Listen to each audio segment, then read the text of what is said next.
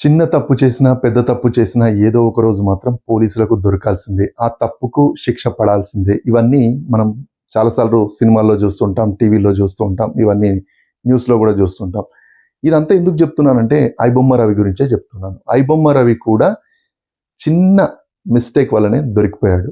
అతను ఎలా దొరికాడు ఏంటి అనేదంటే, ఇలాంటి వీడియోలు మీకు నచ్చినట్టయితే లైక్ చేయండి, షేర్ చేయండి, సబ్స్క్రైబ్ కూడా చేయండి. మరెన్నో వీడియోలు వస్తూనే ఉంటాయి. అతనికి పోలీసులు మెయిల్ పెడుతూ ఉన్నారు. ఆ మెయిల్ పెడుతున్నప్పుడు అతను పోలీసులు రెచ్చగొట్టే విధంగా మాట్లాడేసరికి అతను దమ్ముంటే నన్ను పట్టుకోండి అని చెప్పేసి దాంట్లో అతని నెంబర్ ఇచ్చాడు. అది ఇండియన్ నెంబర్ ఇచ్చాడు. అప్పుడు ఏం చేశారంటే పోలీసులు దానిపైన నిఘా పెట్టారు కొన్ని రోజుల వరకు.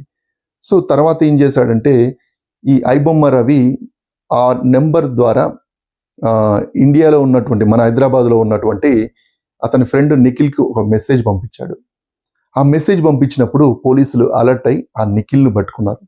ఆ నిఖిల్ని పట్టుకున్నప్పుడే అతని ద్వారా మెసేజ్లు వస్తున్నాయి. సో అక్కడ ఐబొమ్మ రవి ఏం చేశాడు, హైదరాబాద్కు వచ్చాను, నువ్వు ఇంటికి వచ్చేసి అని చెప్పేసి ఆ మెసేజ్ పెట్టగానే పోలీసులు అలర్ట్ అయి ఆ ఇల్లు ఎక్కడుందో నిఖిల్ మొత్తం చెప్పేశాడు. ఇమ్మీడియట్లీగా కూకట్పల్లిలో ఉన్నటువంటి ఐబొమ్మ రవి ఇంటికి చేరుకున్నారు.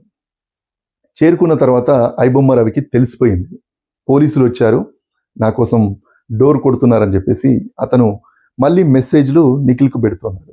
ఆ నిఖిల్ దగ్గర ఉన్న ఫోన్ పోలీసుల దగ్గరనే ఉంది, నిఖిల్ కూడా పోలీసుల దగ్గరనే ఉన్నాడు.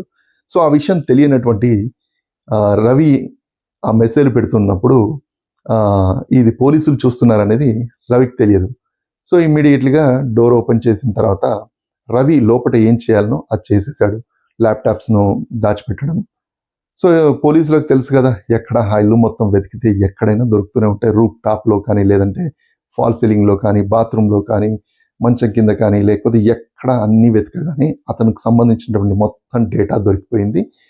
ఆ ఫోన్కి సంబంధించినటువంటి మెసేజ్లు మొత్తం చూపించగానే ఆశ్చర్యపోయాడు, ఎలా పట్టుకున్నారని చెప్పేసి అని. కానీ ఆ క్లూ అనేది మర్చిపోయాడు.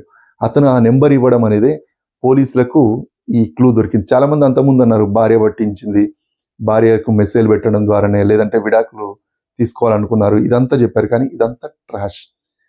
అందుకే చెప్తున్నా, ఎంత పెద్ద దొంగ అయినా లేకపోతే ఎలాంటి హత్యలు చేసినా కానీ ఒక చిన్న క్లూ ద్వారానే దొరికిపోతుంటారు. ఎవ్వరు కూడా ఇలాంటి పనులు చేయవద్దనే ఉద్దేశంతో చెప్తూ ఉన్నాను.